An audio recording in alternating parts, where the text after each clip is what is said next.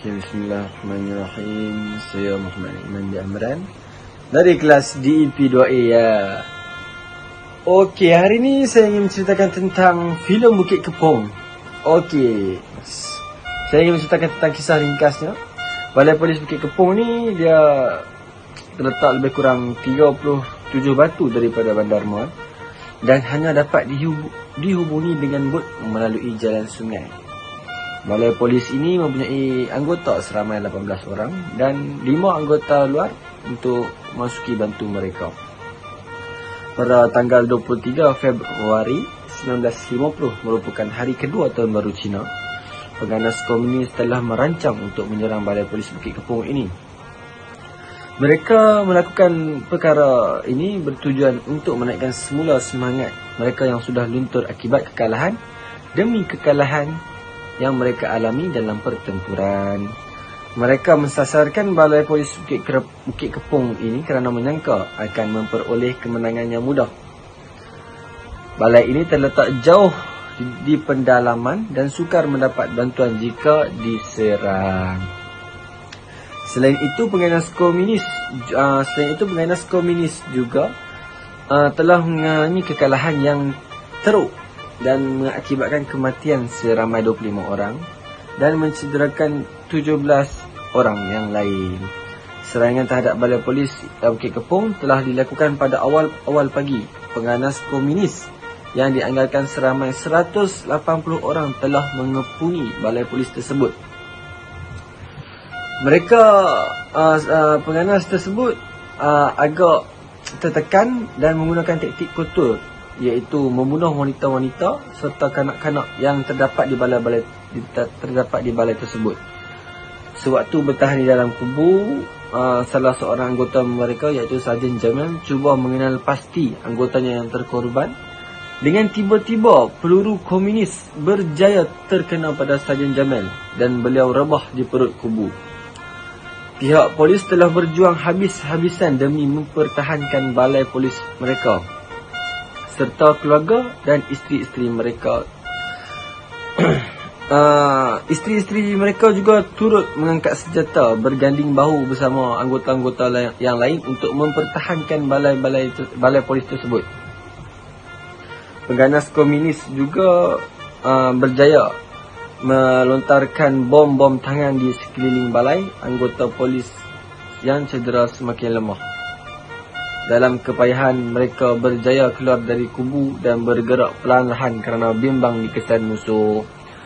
Pertempuran ini telah mengorbankan 25 nyawa, terdiri daripada 14 orang anggota polis, 5 anggota auxiliary polis, 2 orang isteri, 2 orang kanak-kanak serta 2 orang kampung, manakala 4 orang anggota telah cedera parah.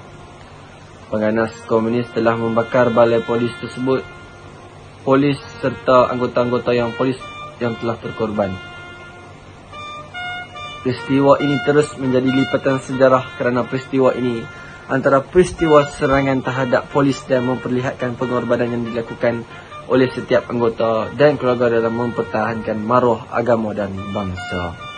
Okey, watak utama dalam filem Bukit Kepong iaitu Jin Samsudin sebagai Sarjan Jamil bin Muhammad Shah, Rahim sebagai Lance Corporal iaitu Jidin bin Omar, Husin Abu Hassan sebagai Polis Constable iaitu dalam filem bernama Osman Yusof, Yusuf Haslam sebagai Jaafar bin Hassan, Dali Abdullah sebagai Muhammad bin Jaafar, Samsudin Baslah sebagai Abdul Kadir bin Yusuf, Hisham Ihsan sebagai Ketua Kampung iaitu nama sebenarnya nama yang dalam filem Ali bin Mustafa, Muhammad Nur Bun sebagai Auxiliary Police yang nama sebenar dalam filem ialah Ali Akub bin Osman, Harun Ibrahim sebagai Samad bin Yatim, Jamaliah Arsyad sebagai Mariam, Eda Ahmad sebagai Sa'diah, Suhaina Yahya sebagai Fatimah Manan, Ayu Rahman sebagai Pun, Normah Alim sebagai Arfab, Nur Aini Talib sebagai Fatimah Yaqba,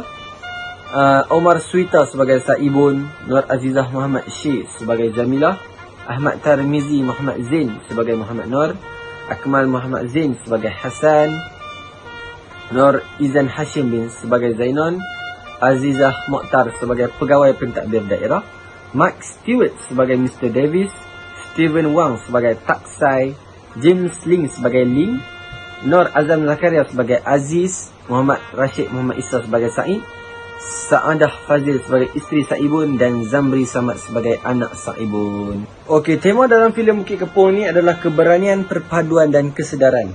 Iaitu filem Bukit Kepong telah mempaparkan tema keberanian dan semangat juang anggota pasukan keselamatan dalam mempertahankan tanah air daripada ancaman pengganas komunis. Dalam hal ini, 18 orang anggota polis dan penduduk kampung Bukit Kepong mempertahankan kompleks polis pada Bukit Kepong daripada serangan komunis seramai 180 orang.